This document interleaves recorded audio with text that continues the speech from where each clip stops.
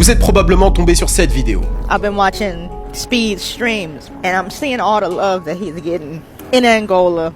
He's in South Africa, and he's getting massive amount of love, and the way that he was treated in Europe was disgusting.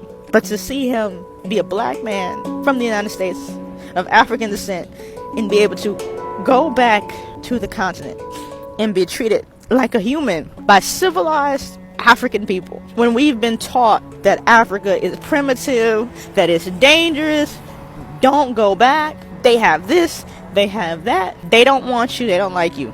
And to see an African American man with his stature go back to the motherland and be treated with so much respect. This is what our people fought for. This is what they fought for when they fought against Jim Crow and segregation.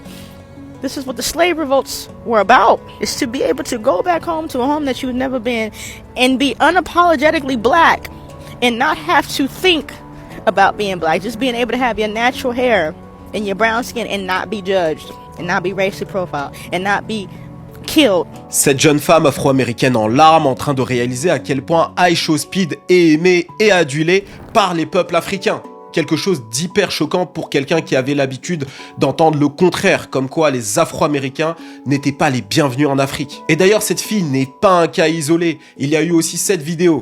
Man, this whole time, bro, they made us fucking think Africa was such a poor country, bro, such a place you wouldn't want to be at, bro. And Speed is single-handedly changing my perspective on life.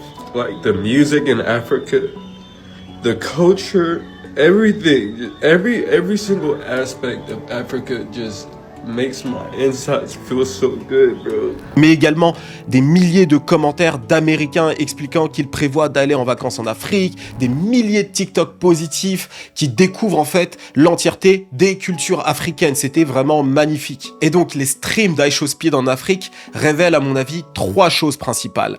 La première, la vision désastreuse que l'on peut avoir de l'Afrique en Occident. La deuxième chose, la forte division entre les Noirs américains et les Africains. Et enfin, l'impact d'iShowSpeed. Les gars, le soft power aujourd'hui est probablement l'une des choses les plus puissantes de notre époque, surtout à l'ère des réseaux sociaux. Donc c'est hyper important qu'on en parle ici parce que ce que iShowSpeed est en train de faire en réalité, c'est changer l'histoire. J'abuse pas, je le pense clairement et je vais vous développer ma pensée ici. Et d'ailleurs, pour accompagner ce sujet, j'ai appelé l'un de mes potes américains, Abdul, aka The Real Damage. Donc c'est un DJ de Los Angeles avec qui je suis pote depuis quelques années. Et justement, je me suis dit que ça pouvait être intéressant d'avoir son point de vue en tant qu'Afro-Américain sur la situation. Donc ça va pouvoir étayer un peu le propos. Yo tout le monde, ici c'est Chris d'Iconic et vous regardez un nouvel épisode du Lifestyle Décodeur. Alors n'oubliez pas, le Lifestyle Décodeur, c'est quand on décode la pop culture ou le hip-hop et c'est le cas ici. Donc n'oubliez pas de liker, commenter et de partager un maximum. Mais avant de commencer cette vidéo, là, je tenais à m'adresser à tous ceux qui ont regardé le vlog d'Atlanta. Pour les autres, vous pouvez skipper. Merci du fond du cœur pour le soutien que vous m'avez donné autour de cette première vidéo. Vous pouvez pas savoir à quel point ça m'a fait plaisir. Vraiment, vraiment, je crois que ça faisait des années que j'avais pas autant apprécié les commentaires et le soutien autour d'une vidéo. En fait, il faut savoir un truc. Depuis quelques années, j'essaye en fait de développer d'autres axes avec Iconic. J'ai tenté pas mal de choses et autres.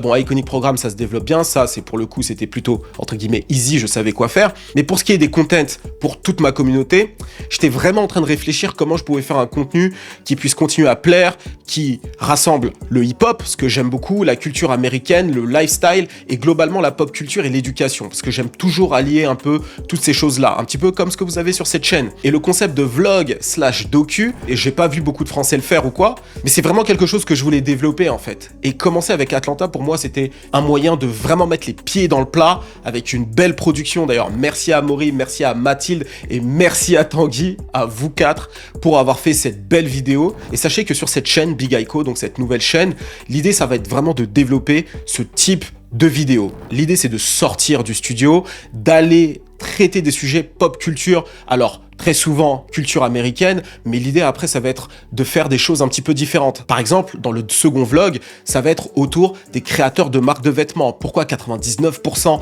d'entre eux flopent? Donc on va aller à la rencontre des créateurs, ceux qui réussissent moins. On allait à des showrooms pendant la Fashion Week, au moment où je tourne cette vidéo. Donc c'est vraiment vous faire de belles vidéos comme ça, d'accord? Des fois j'aurai mon téléphone, des fois j'aurai la belle caméra d'Amaury, mais vraiment c'est de faire des choses naturelles et de vous aider à connaître des sujets beaucoup plus en profondeur et aussi que vous en appreniez plus sur moi en fait, parce qu'en réalité je suis jamais seul, j'ai beaucoup de gens autour de moi et on a l'impression quand je fais mes vidéos que je suis toujours tout seul, que j'ai personne, mais en fait je suis très entouré et l'idée c'est que vous puissiez découvrir tout ça. Et bien sûr on va faire énormément de vlogs à l'étranger, d'abord aux US, surtout par rapport à ce projet d'agence de voyage, hein. Vous avez été nombreux à vous inscrire, vous allez être tenus au courant de la suite, ne vous inquiétez pas, mais après le monde entier, donc soyez prêts, ça arrive. Voilà, maintenant que j'ai dit tout ça, on peut commencer la vidéo. Sans plus attendre, on y va.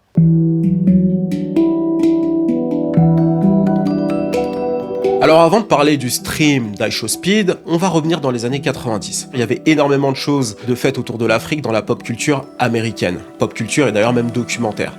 Alors comment était dépeint l'Afrique dans ces années-là? Eh bien tout simplement comme un territoire primitif. Ok, il y avait absolument rien qui se passait à part la guerre, la famine et des animaux exotiques. Clairement, il faut le dire. Typiquement, pour eux, l'Africain vivait avec des zèbres, des lions, des éléphants, des tribus. Et sinon, il y avait la guerre et la famine. Alors, pour les plus vieux, vous vous rappelez sûrement de la campagne qu'il y avait autour de l'Éthiopie et la famine. Donc, c'était des choses qui étaient énormément répandues. La guerre au Rwanda. Donc, toutes ces choses-là étaient énormément mises en avant, ce qui était d'ailleurs réel. Mais étant donné que c'était les seules choses mises en avant autour de l'Afrique, eh ben, disons que l'image du continent n'était pas terrible. Et de toutes ces images-là, des expressions insultantes sont nées envers les Africains vivant aux États-Unis. D'ailleurs, j'ai un ami africain qui me disait il y a quelques temps que lorsqu'il était en primaire, donc lorsqu'il avait à peu près 8-9 ans, des Noirs américains, très jeunes, l'insultaient de African Booty Scratcher. Donc c'est une expression qui est très courante pour insulter les Africains à l'époque, qui veut dire littéralement Africain gratteur de fesses. Donc en gros, disons que ces Noirs américains, à l'époque, voyaient des documentaires ou des photos de Noirs dans la famine ou alors dans des tribus, tu vois, donc vraiment, on va dire, dans des tribus reculées, sans pantalon, qui se grattent les fesses. Et en gros, dans l'idée, pour eux, c'était ça, l'Africain. Donc de là est née donc cette expression. C'était vraiment l'insulte qui revenait assez souvent. Alors, là, j'évoque une insulte des Afro-Américains envers les Africains, mais attention, vous allez voir dans ma vidéo que c'était pas unilatéral. Les Africains n'ont pas été aussi tendres avec les Afro-Américains. Mais disons que ça faisait partie des choses que les Afro-Américains voyaient via les documentaires, via les vidéos et via tous les reportages qu'ils pouvaient voir. Et c'est de cette projection de ces vidéos-là que l'image des Africains s'est construite. Growing up as a Black American, the only image we saw of Africa in general, let alone Africans, was through either movies, commercials, or infomercials, which unfortunately always shows the more tribal side of the continent. And with that being said, it was always, you know, a make-a-wish kind of situation, a charity kind of situation, dirt roads, you hear me?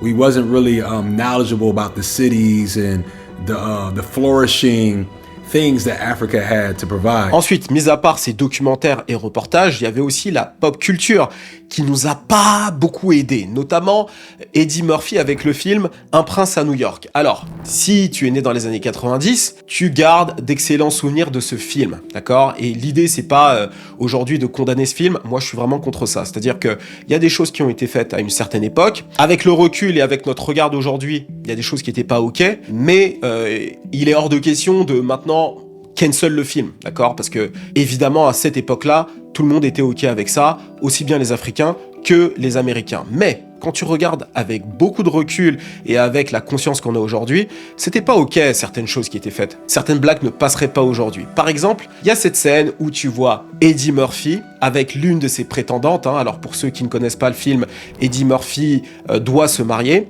Et avant de se marier, le roi, donc son père, parce qu'il est prince dans le film, l'envoie à New York pour jeter sa gourme, comme ils disent dans le film.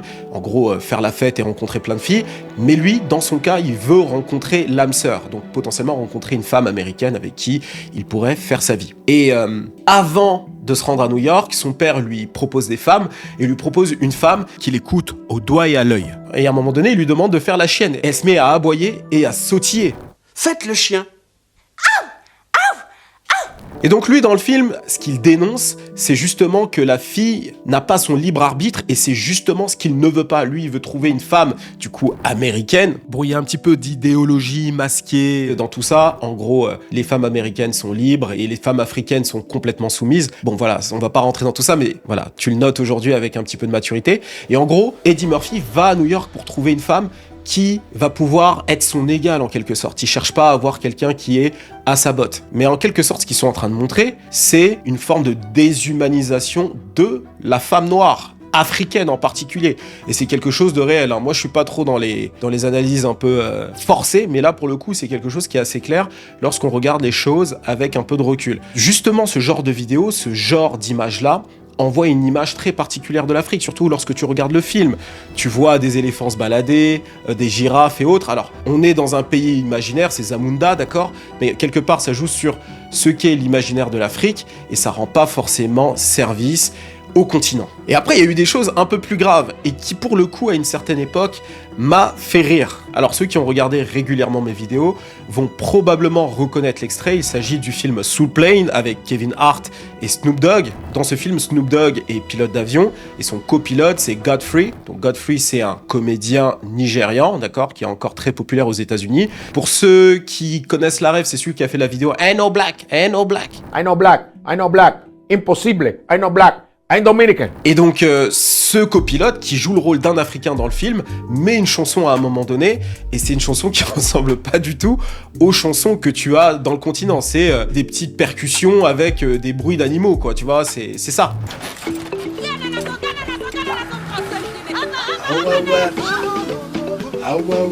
Hey man, hold on man, hold the fuck Like on. an elephant. Nah man, you gotta turn that bullshit up man. Et ça, à l'époque, ça nous a tous fait rire, hein. Même moi, quand j'ai re-regardé l'extrait, je me suis dit, j'avoue, ça me fait encore rire, mais c'est hyper... Alors, je déteste ce terme, mais pour le coup, ça colle à ce moment précis, problématique, d'accord? C'est pas le... J'aime pas ce terme, j'aime vraiment pas ce terme, hein. Mais pour le coup, c'est vraiment le cas. Avec un regard extérieur, tu regardes, tu dis, non mais ça passe pas et ça passerait pas aujourd'hui. Mais typiquement, dans la pop culture, dans des films aussi populaires que Soul Plane, tu vois, des films que moi j'ai regardés quand j'avais 11 ans, parce que le film est sorti en 2001, c'était exactement l'image qu'ils avaient de l'Afrique. Et puis il y en a d'autres des films comme ça à l'époque, notamment Next Friday. Dans le film, tu as Michael Blackson, donc un acteur africain extrêmement dark, qui fait une apparition qui est extrêmement drôle. Et alors c'est pas très problématique pour le coup, mais ça montre une image particulière de l'Africain dans le film. Et le boîtier du CD? Je n'ai pas ton boîtier, va te faire voir, va te faire foutre. Vous permettez, monsieur? Regardez, vous avez mordu dans le disque avant de venir le rapporter. N'importe quoi, pauvre enculé. Tu sais pas à qui tu t'adresses. Desmond Tutu? Cherche encore, pauvre enculé. Soria Bonali? Cherche encore, pauvre enculé. Un très vilain petit nègre. Et surtout, ça montre une vraie séparation entre l'afro-américain et l'africain. Et lorsque tu vas aux États-Unis, alors oui, il y a clairement des différences, mais elles sont pas aussi caricaturales. Donc quand tu prends tous les documentaires, reportages dans les années 90-2000 autour de la famine en Éthiopie, la guerre au Rwanda, ce qui se passe au Congo, bref, tous ces endroits-là, les films de dictateurs comme Le Dernier Roi d'Écosse et tous ces petits moments dans la pop culture où on se fout de la gueule des Africains, ça aide pas les Afro-Américains à mieux comprendre ce qu'est l'Afrique. Sachant que pour ceux qui ont déjà été aux États-Unis, lorsque tu parles à des Afro-Américains, ou même globalement à des Américains, ils ont littéralement l'impression que les États-Unis, c'est le centre du monde. Et pour eux, l'Afrique, c'est un pays au même titre que les États-Unis. Parce que quand ils regardent les proportions, tu vois, ils voient le continent américain, et en particulier les États-Unis, qui est quand même un pays-continent, ils se disent, bah, l'Afrique, c'est à peu près l'équivalent en termes de taille. En réalité, tu peux mettre, je sais pas combien d'États-Unis en Afrique. C'est énorme, le continent. Donc, en termes de culture, en termes de diversité ethnique, c'est une dinguerie. D'ailleurs, c'est le continent où il y a le plus de diversité ethnique, hein. Et pourtant, au vu des documentaires, au vu de la pop culture, tu as une certaine image qui s'est construite depuis très longtemps. Et en plus de ça, si tu remontes à encore un peu plus longtemps, bah, dans leur esprit, l'Africain, c'est aussi celui qui les a vendus. Lorsque tu parles à des Afro-Américains, ils vont te dire, bah, c'est vous qui nous avez vendus. Donc, t'as tous ces petites choses qui font qu'au final, l'image de l'Afro-Américain envers l'Africain est vraiment pas terrible. Alors, je t'ai expliqué l'ignorance du côté des Afro-Américains, mais en retour, il y a une véritable condescendance de la diaspora africaine aux États-Unis.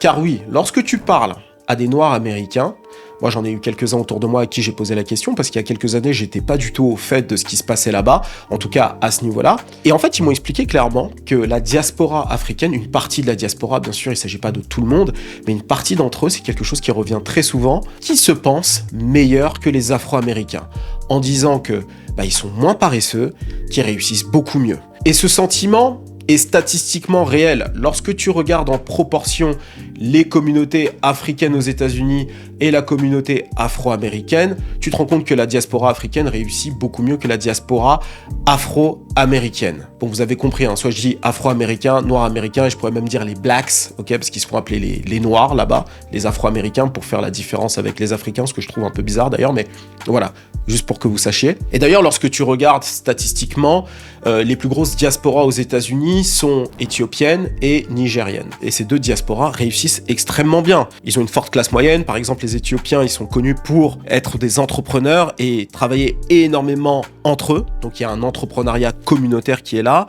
Et ils ont une implantation qui est relativement ancienne. Et il y a aussi les Nigérians. Et le Nigérian, pour le coup, réussit vraiment bien. Il y a vraiment ce cliché du dentiste nigérian, de l'avocat nigérian. Donc, c'est vraiment une communauté qui strive, comme ils disent, aux US, tu vois. C'est vraiment pas une communauté qui est laissée pour compte ou qui galère. Et là, j'ai pris ces deux communautés-là, mais même moi, quand je prends ma famille, ceux qui sont notamment à Chicago ou ailleurs, enfin, ils sont pas dans les ghettos, quoi. Tu vois, ils sont plutôt dans les suburbs, dans les beaux quartiers. Ils ont plutôt une bonne situation. It's interesting because I believe a lot of people that came over from the continent was giving this perception, a false perception that Black Americans are lazy and they're wasteful. And it's actually the opposite. A lot of people don't understand that a lot of the things they say we should do as Black Americans has been done over and over and over again. Black Americans actually marched and protested to have more people that look like us be able to immigrate to America. See, a lot of people don't know that. Mais justement, je te dis que statistiquement, la diaspora africaine réussit mieux que la diaspora américaine. Mais ça veut pas dire en réalité que la diaspora africaine est meilleure que les Afro-Américains. Non.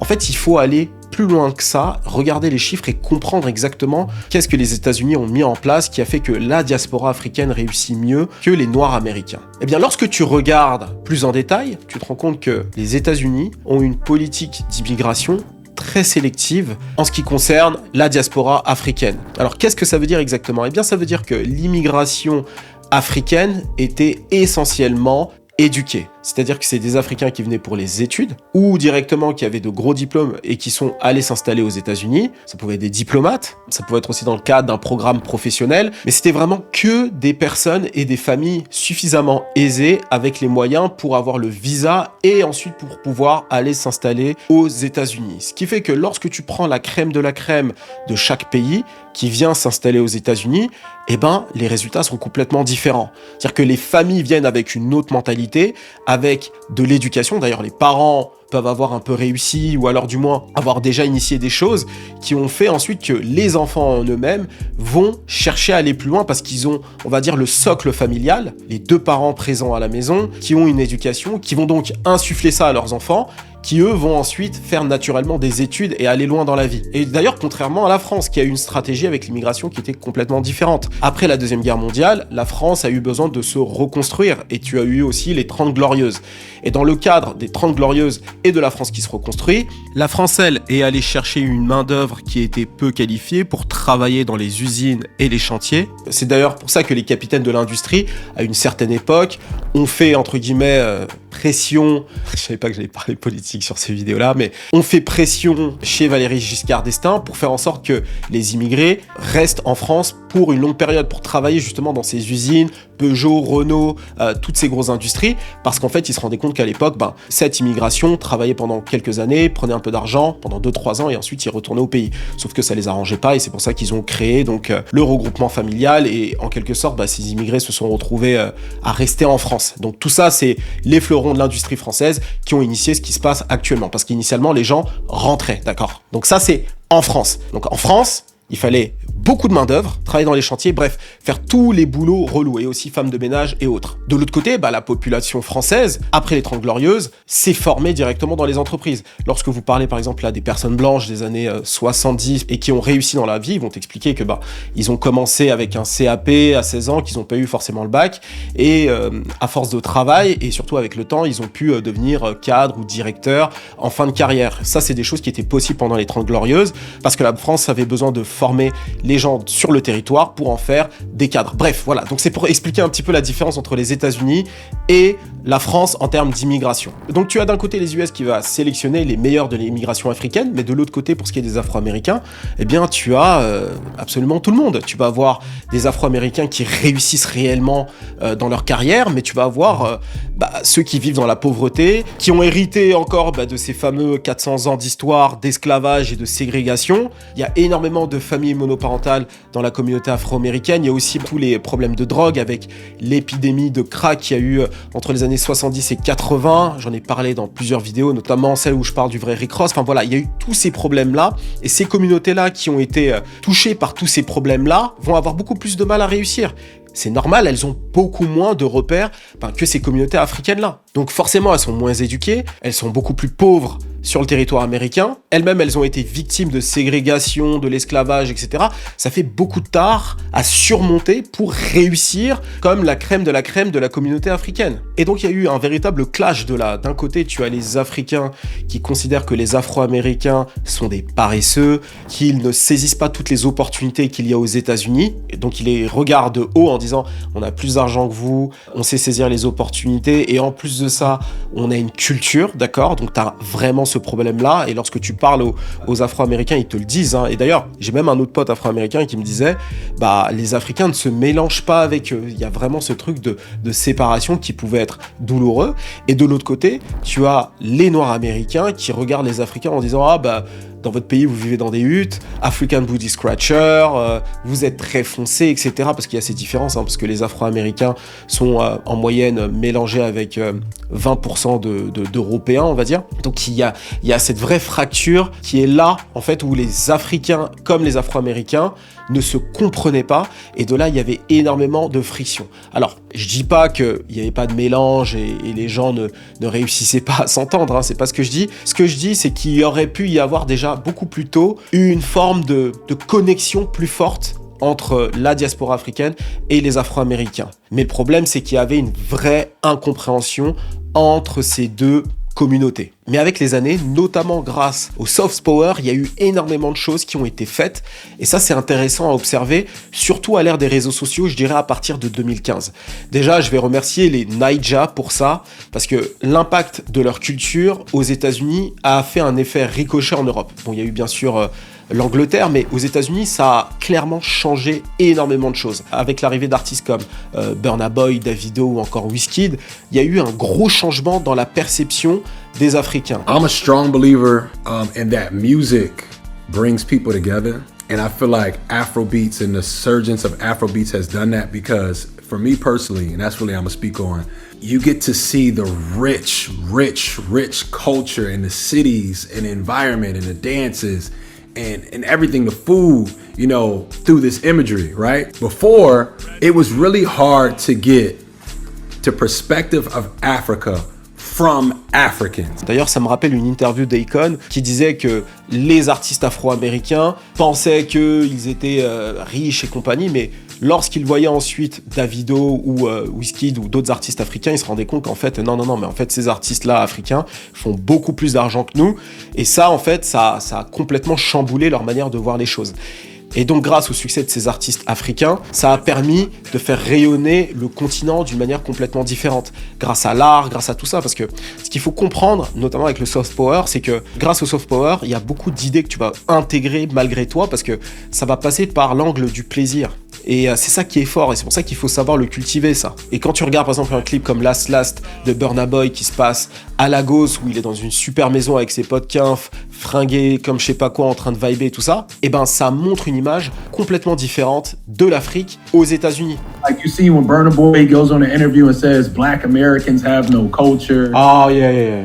Like, bruh, like why? Why are you saying that? Burna Boy over here. That's like, the thing. Why would you do that? Bon, Burna Boy, il est parti un peu en sucette, c'est pas forcément le meilleur exemple, mais c'est pour que tu comprennes. Il y a une image qui a été projetée de l'homme africain complètement différente de ce qu'on a l'habitude de voir. Il y a eu aussi pas mal d'initiatives faites par les États africains, notamment le Ghana avec la Year of Return, tu vois, l'année du retour, où le Ghana a mis en place un programme pour que les Afro-Américains puissent revenir au Ghana et potentiellement s'y installer. Et tu as eu aussi beaucoup de personnalités connues qui ont fait le voyage.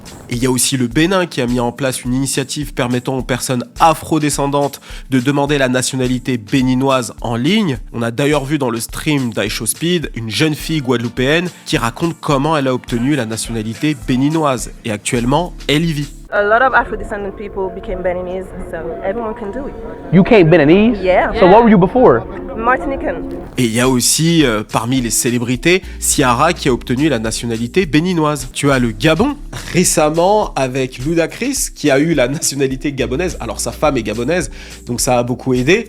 Et d'ailleurs, il y a eu un événement qui avait été organisé par Salomé. D'ailleurs, big up à toi Salomé, parce que quand même, faut remettre ses fleurs. C'est une Française, une créatrice de contenu d'ailleurs, peut-être que vous la connaissez, Salomé, je t'aime, donc big up à toi, qui avait mis en place d'ailleurs ce voyage-là pour que Ludacris puisse vraiment découvrir le pays, et donc ça c'était cool. Donc il y a eu pas mal d'initiatives aussi faites comme ça des pays africains pour créer le pont entre les Afro-Américains et l'Afrique. Donc ça a été fait vraiment entre 2015 et aujourd'hui.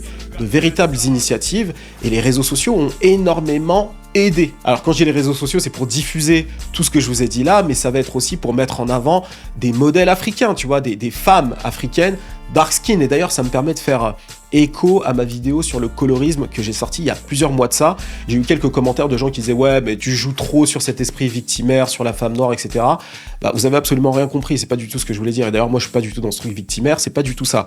J'étais simplement en train de faire l'analyse sur le fait que quand tu es une femme noire artiste dans les années 80-90, il fallait absolument avoir du talent, mais pas juste du talent, il fallait être excellente et rentrer dans les critères de beauté pour avoir une chance de faire carrière. Il fallait être vraiment excellente. C'est pour ça que quand tu regardes des artistes comme Whitney Houston, Mary J. Blige ou d'autres artistes de cette époque-là qui sont noirs mais dark skin, elles sont extrêmement talentueuses. Par contre, ce n'était pas forcément le cas d'artistes light skin de cette époque. Et j'avais pris l'exemple de Cassie. Alors je prends cet exemple-là, pas pour lui taper dessus, mais c'est vraiment l'exemple même de ça. Elle ne sait pas chanter, c'est connu, elle n'a pas beaucoup de talent. Par contre, physiquement, elle rentre beaucoup plus dans les critères de beauté des noirs, mais aussi des blancs, parce qu'elle est plus claire, elle est métisse et autres. C'est ce que je disais. Ça ne veut pas dire que si tu n'es pas une femme noire, tu peux pas réussir dans les années 90. C'est pas du tout ce que je disais.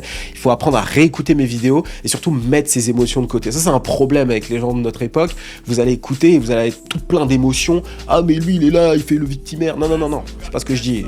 Je t'explique des faits, d'accord? Donc, je reviens sur les canons de beauté. Avant, être dark skin, c'était pas ce qui était le plus populaire, mais quand tu regardes avec le temps, grâce aux réseaux sociaux, il y a énormément de beautés qui ont été mises comme ça en avant. Et donc, du coup, l'image de la femme noire, dans sa globalité, a shifté dans ces années-là. Alors, je t'ai donné tous ces exemples-là, je pourrais aussi te parler de Black Panther. Black Panther a énormément joué. Alors, bien sûr, on parle du Wakanda, une terre qui n'existe pas, mais quand tu regardes un petit peu l'imagerie et même les costumes des guerrières et autres, c'est inspiré de plusieurs empires africains et autres. Et du coup, ça a donné envie aux Afro-Américains de reconnecter avec le continent. Et d'ailleurs, quand tu regardes Black Panther, il y a un message sous-jacent qui dit que si l'Afrique, et en particulier le Congo, parce que quand tu regardes au début du film, il s'agit du Congo, exploiter ses ressources naturelles pour son propre compte, et ben l'Afrique n'en serait pas là où elle est aujourd'hui. Donc tu as tous ces petits messages-là en plus, qui fait que les Afro-Américains et les Africains connectent davantage, même quand tu regardes le film. Michael B. Jordan qui représente l'Afro-Américain, donc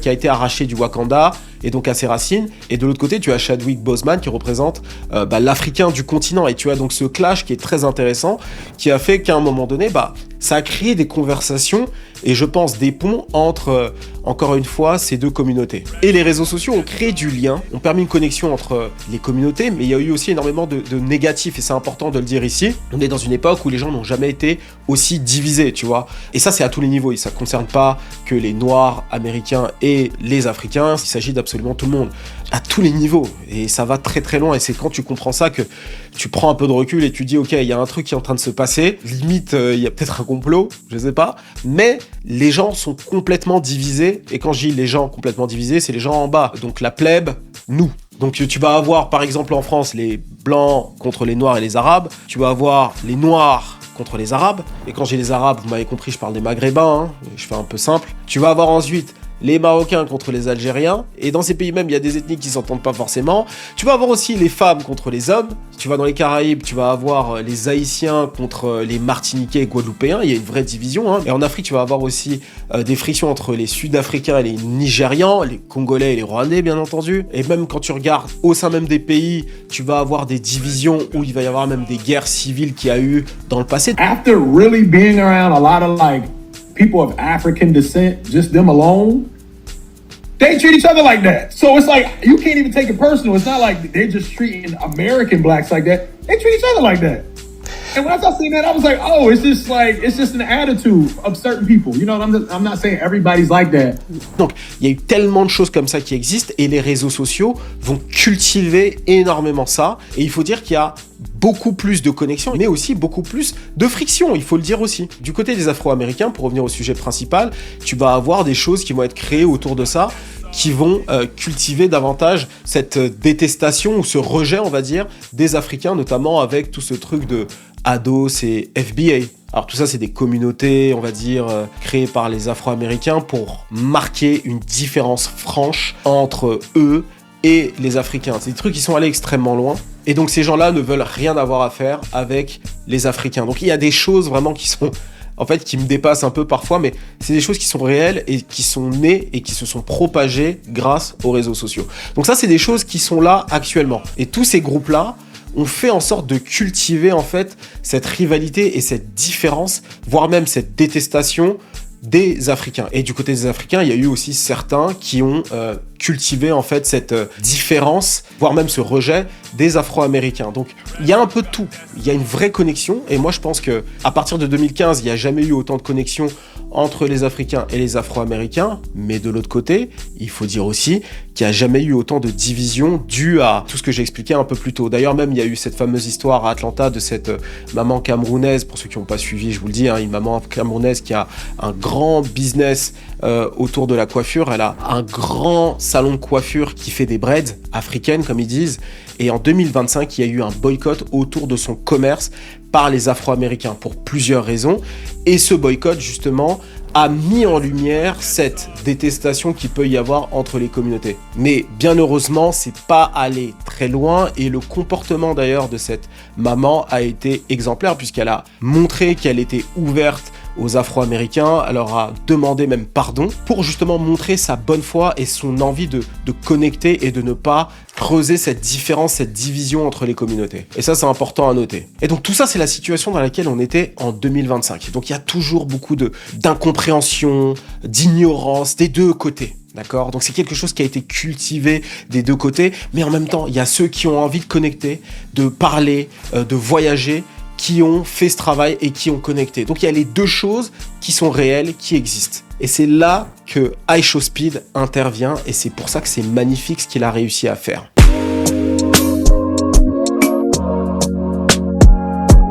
Alors comme vous le savez, iShowSpeed a fait une tournée en Amérique du Sud, en Europe, en Asie, mais il n'avait pas encore fait l'Afrique. Et là, il l'a fait. Il a annoncé donc courant décembre en disant « Je vais aller en Afrique, on va faire un tour en Afrique et je vais changer la perception que les Américains ont de l'Afrique. » Parce qu'en réalité, c'est ça.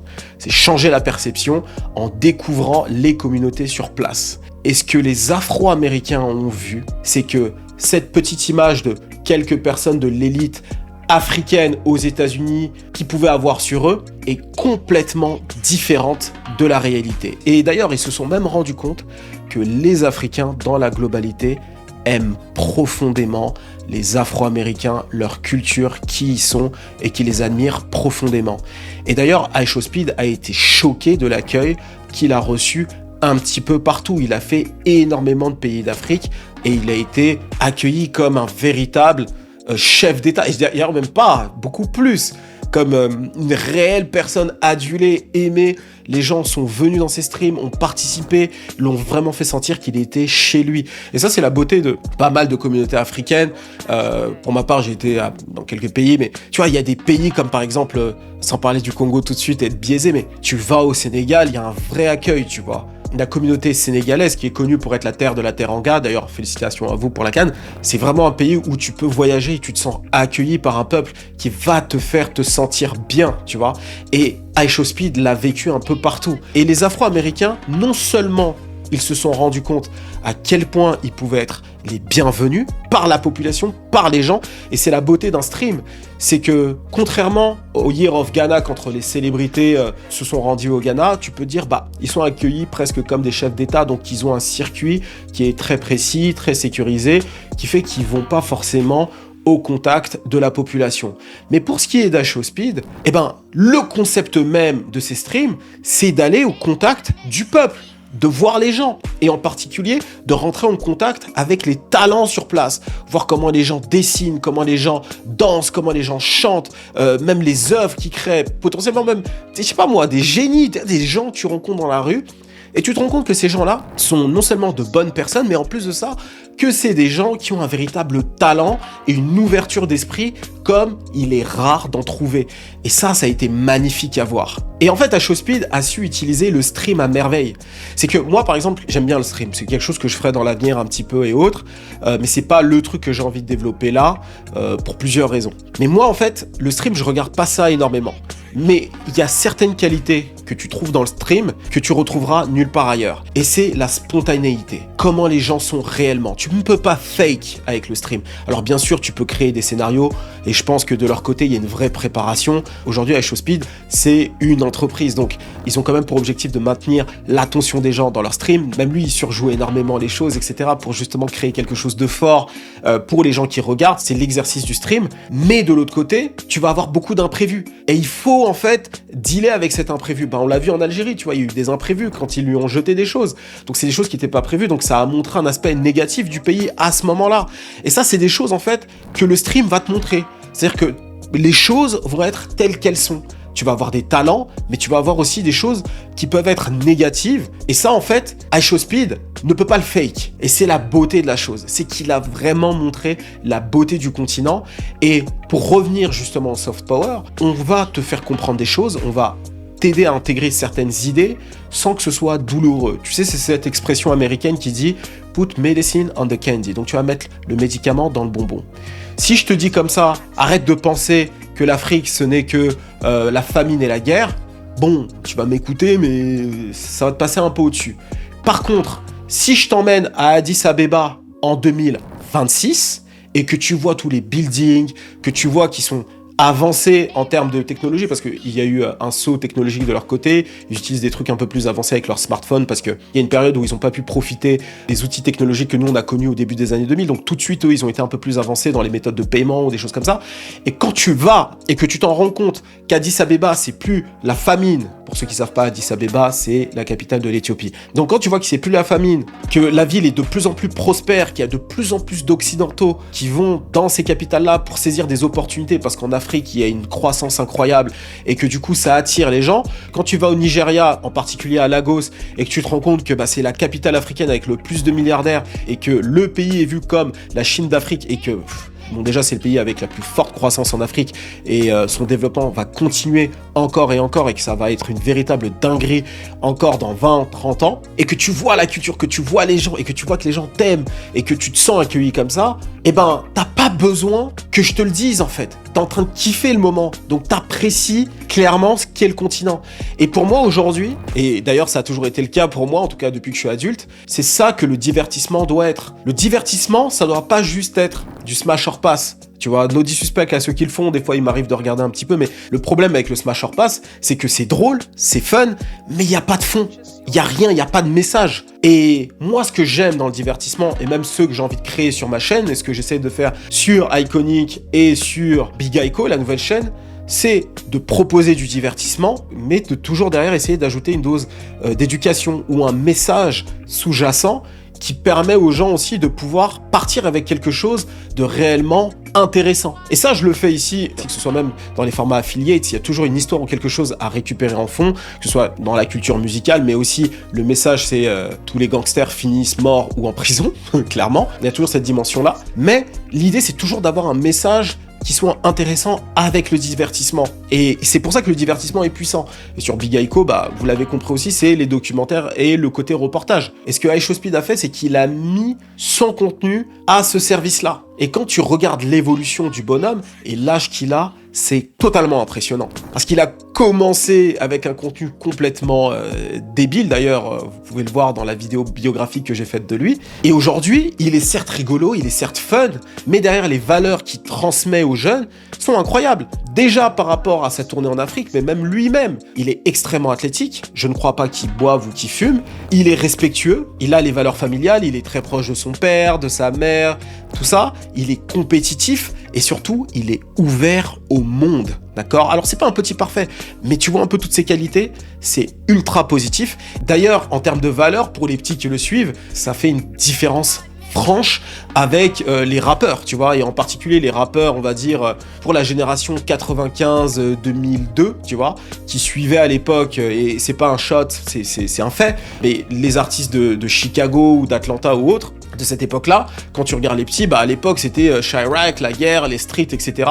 Cette nouvelle génération va être drivée par, on va dire, des créateurs de contenu qui ont des valeurs beaucoup plus positives. Et c'est important de le mettre en lumière. Voilà. C'est pas un jugement par rapport à Chief Keef et autres, parce que lui aussi a grandi dans un cadre et tout ça, mais c'est juste la réalité. C'est-à-dire que les valeurs transmises, grâce justement à ce soft power, sont quand même radicalement différents des rappeurs. Et donc j'ai hâte de savoir ce que iShowSpeed va nous proposer par la suite, parce que aujourd'hui, je le dis, c'est probablement l'une des personnalités que je préfère sur Internet. Mais vraiment, parmi tous les rappeurs, parmi tout le monde, c'est, je pense, la personnalité que je préfère, parce que il a réussi à faire quelque chose d'unique et qui, à mon avis, va avoir une répercussion historique. Parce que le contenu, le divertissement, on le sait, ça a une répercussion sur l'histoire et sur la perception des gens et sur les mouvements des populations, les échanges qu'il va y avoir, etc. Donc c'est vraiment incroyable. Donc voilà ce que je pense de tout ça et voilà mon analyse concernant la communauté africaine et la communauté afro-américaine. Merci à toi, The Real Damage, aka Abdul. D'ailleurs, on se revoit cette année, hein, tu repasses en France comme tu m'as dit, donc ne me mets pas de plan cette année. N'oubliez pas de liker, commenter et de partager. Et surtout, petite annonce, on a relancé notre Discord. On l'avait laissé tomber parce qu'on avait trop de travail, on n'arrivait pas à gérer. Donc allez nous suivre sur Discord. On a l'équipe qui nourrit la plateforme avec des actualités. Moi-même, je pense que je vais mettre des vidéos un peu exclusives là-bas qui seront accessibles qu'aux gens sur Discord. Je pense notamment d'ailleurs à l'interview entière que j'ai faite avec Million Dollar K, parce qu'on a parlé pendant 1 heure à peu près, donc peut-être qu'on va vous mettre tout l'échange là-bas, comme ça, voilà, pour les personnes qui vont être sur le Discord, ils auront accès à la vidéo en non répertorié. Donc allez sur le Discord, on va mettre d'autres passages, d'autres vidéos et tout ça. Donc il y a pas mal de choses qu'on va partager. Pour ceux qui ne savent pas, Million Dollar K, c'est le réalisateur que j'ai interviewé dans mon vlog. Allez nous suivre sur les réseaux sociaux, Instagram sur mon compte iamchris.k. Je partage mon actualité, les contenus que je fais sur Iconic Programme, sur Iconic et autres. Allez suivre le compte Iconic, donc le média, on fait énormément d'actualités. Suivez-moi sur cette chaîne, bien sûr, activez votre cloche et surtout allez me suivre sur la chaîne Big Aiko. Le prochain sujet sera sur pourquoi 99% des créateurs de marques flop. On va aller à la rencontre des marques, on se balade dans la Fashion Week, dans les showrooms, on va voir des gens, on discute, il y aura du fun, vous allez apprendre des choses. Ça va être vraiment très lourd, mais en même temps très différent du premier vlog d'Atlanta. Et bien sûr, il y a les vlogs d'Atlanta qu'on est en train de préparer avec mes amis d'Atlanta pour le partie 2, 3 et 4, parce qu'on va faire plusieurs vidéos au vu de tout ce qui est prévu.